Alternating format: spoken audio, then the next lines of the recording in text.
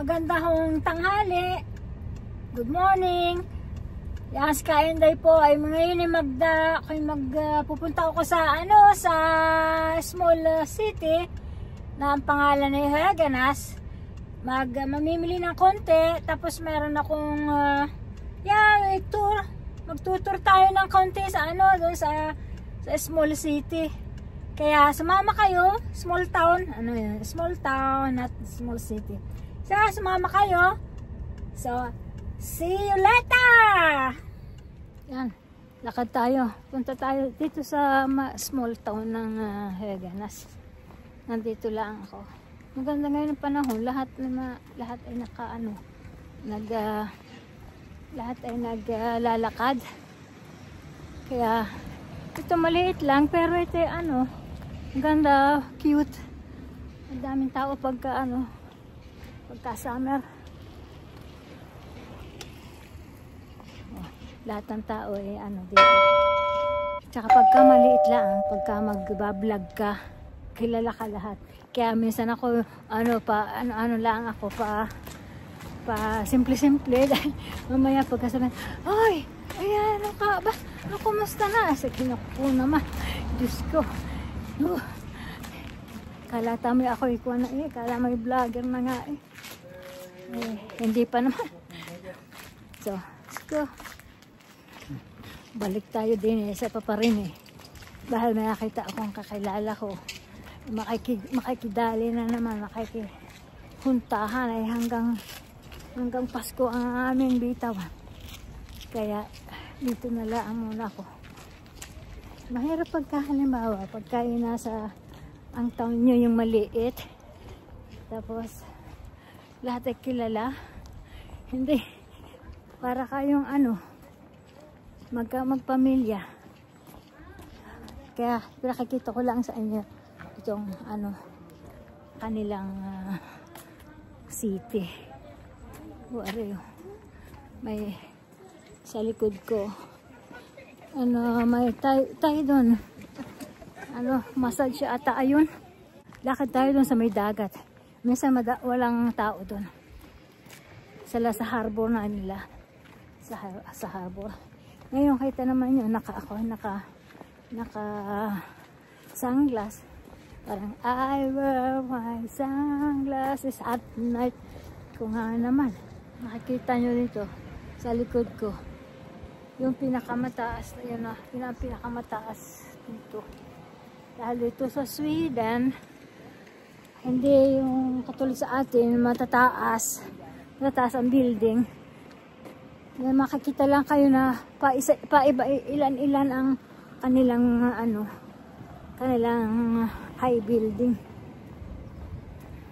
Ewan ko kung bakit. Dahil siguro malaki ang ating space, ang aming space dito sa Sweden.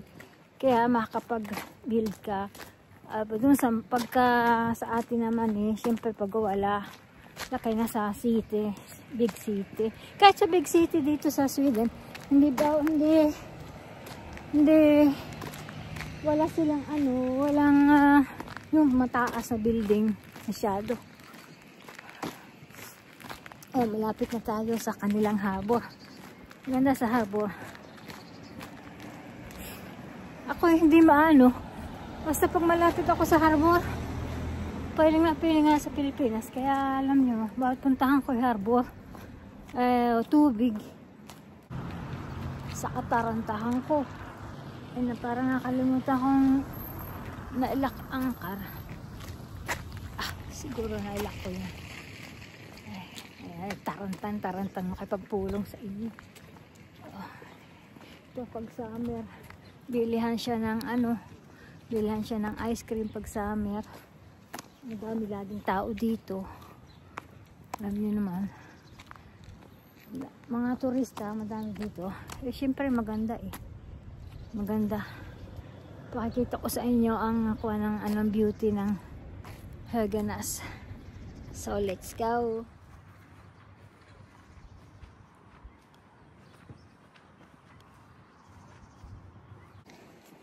So, diretso tayo. Punta tayo doon sa mismo harbor. ito ang mga tao, mahilig silang mag-gym sa outside gym. Alam mo yun, dahil pagka malamig, syempre, tuwan, pag walang magawa, edi-ari,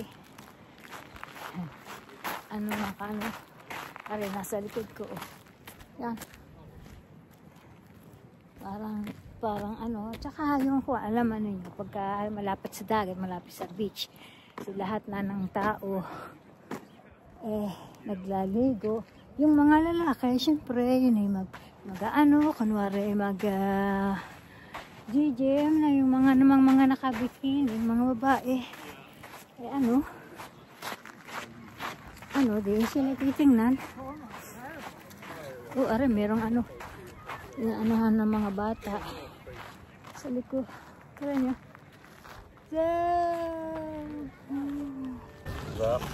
Kaba.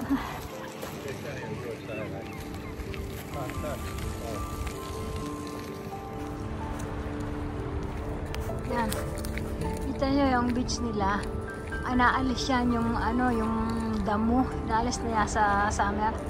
So, puting-puti yan pag summer. Ang ganda ng panahon niya, no? Tsaka hindi na malamig. 11 nga na grade.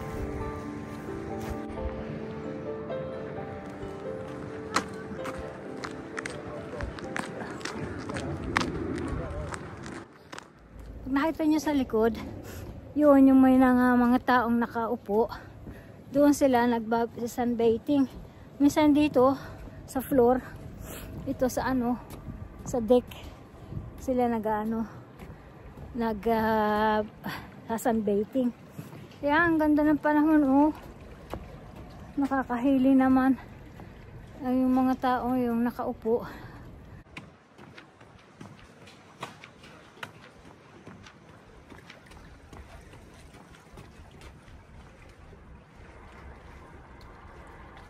Yun ang harbor.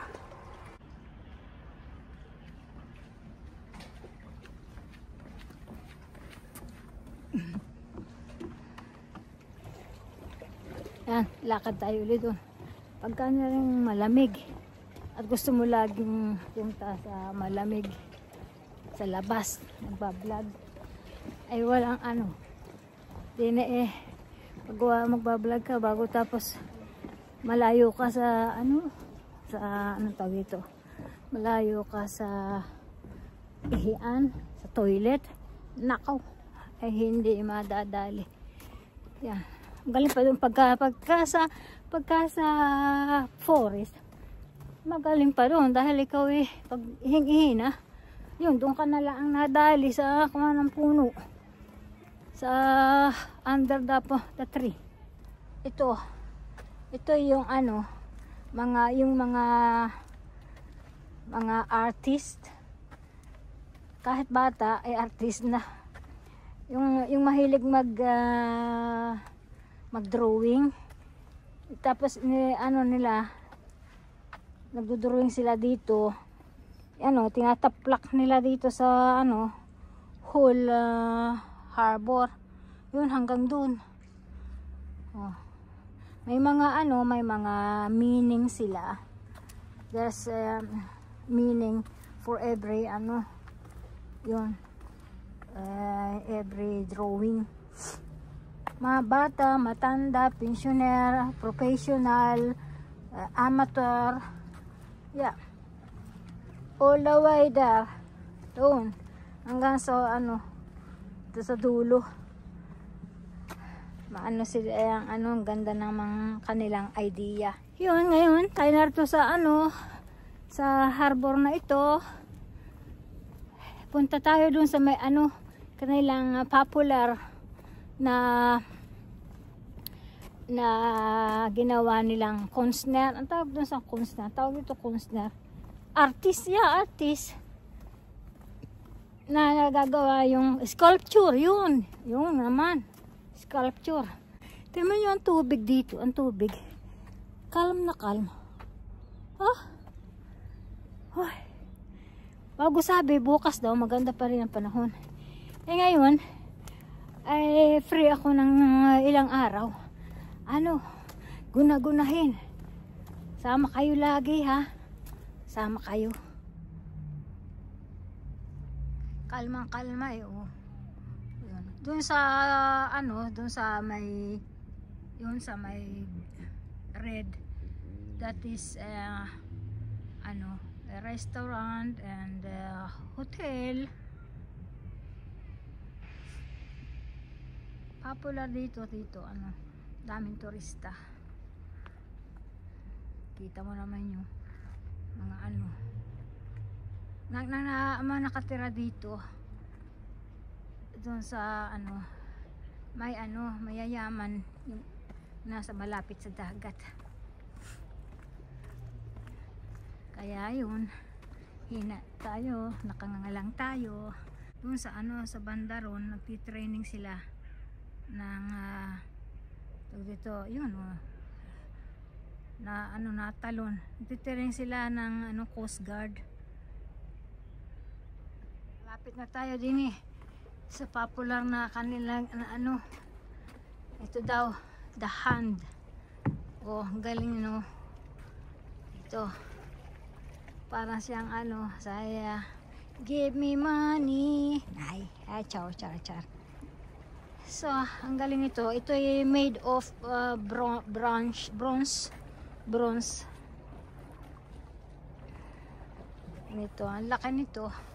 Hindi ko nga alam kung ano. Kalimutan ko, ay nakalagay pala doon. Ito. O, syempre, galing ano. Yan, nga naman. Give me your hand. Just give me your hand and follow my voice. Na na na na na na na na. Anuhin natin. Lapitan natin yung dalawa. Wa.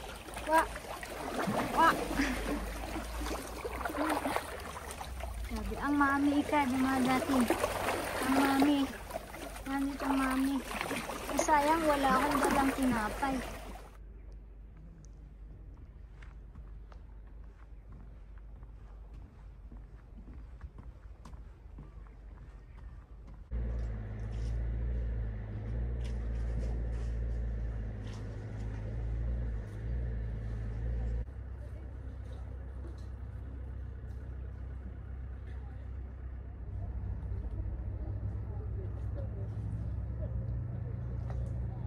Yan, pauwi na tayo. Uwi na ako. Shopping tayo, grocery for dinner. I will see what I can cook tonight.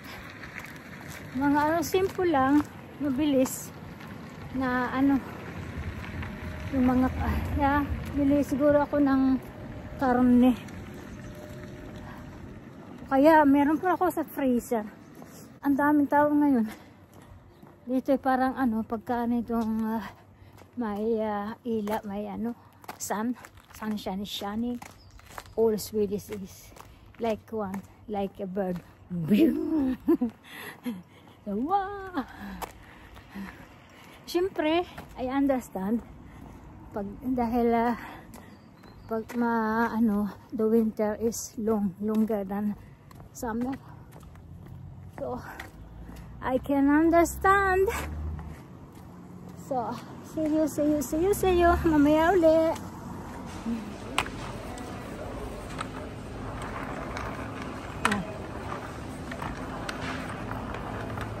Tingnan natin kung may kuha. May magagandang bulaklak ngayon.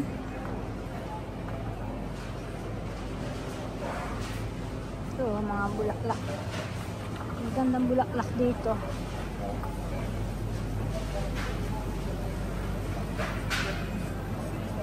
Kamahal. 129. Eh baka yung mura na lamang. Bili tayo ng isa. Ito siguro. Ito magandang kulay. Ito, bilihin ko yan. Bilihan natin. Bilihan natin ng ano. Bilihan natin ng candy yung aking pusa.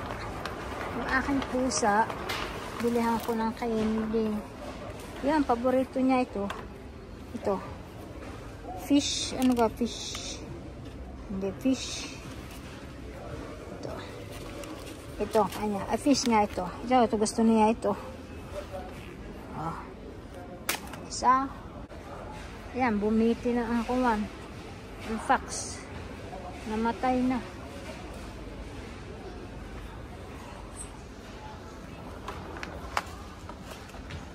So, mga tao pag nakikita kong kuwan na natago sari-saring kape. Hindi man ako mahilig sa kape. Yung asawa ko nagkakape. Ito may mga ano nga pala. Bibili ako ng, sabi ng asawa ko, bili ng gibali. Ano yung tawag doon? Yun. Yung ka, ere nga yata. Cappuccino daw. Yung daw cappuccino. Nescafe cappuccino. Yan. Mga chips. Ay, hindi na yung chips na pagka. Ay, chips na yun, hindi. Ganyan ang hindi nila, oh.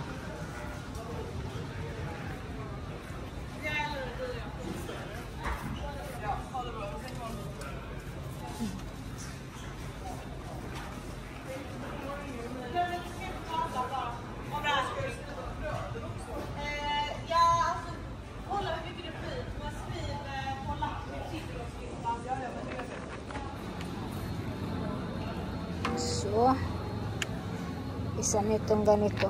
Ay, hindi. Murap pa yun. Itong isa.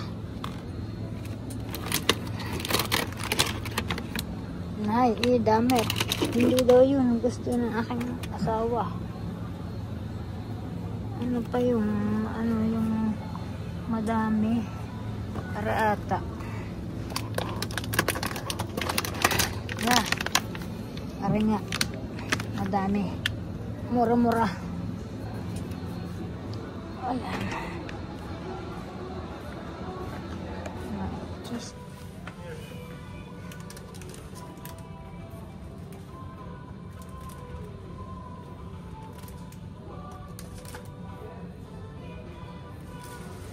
Thank you for watching and see you in my next video. Good luck!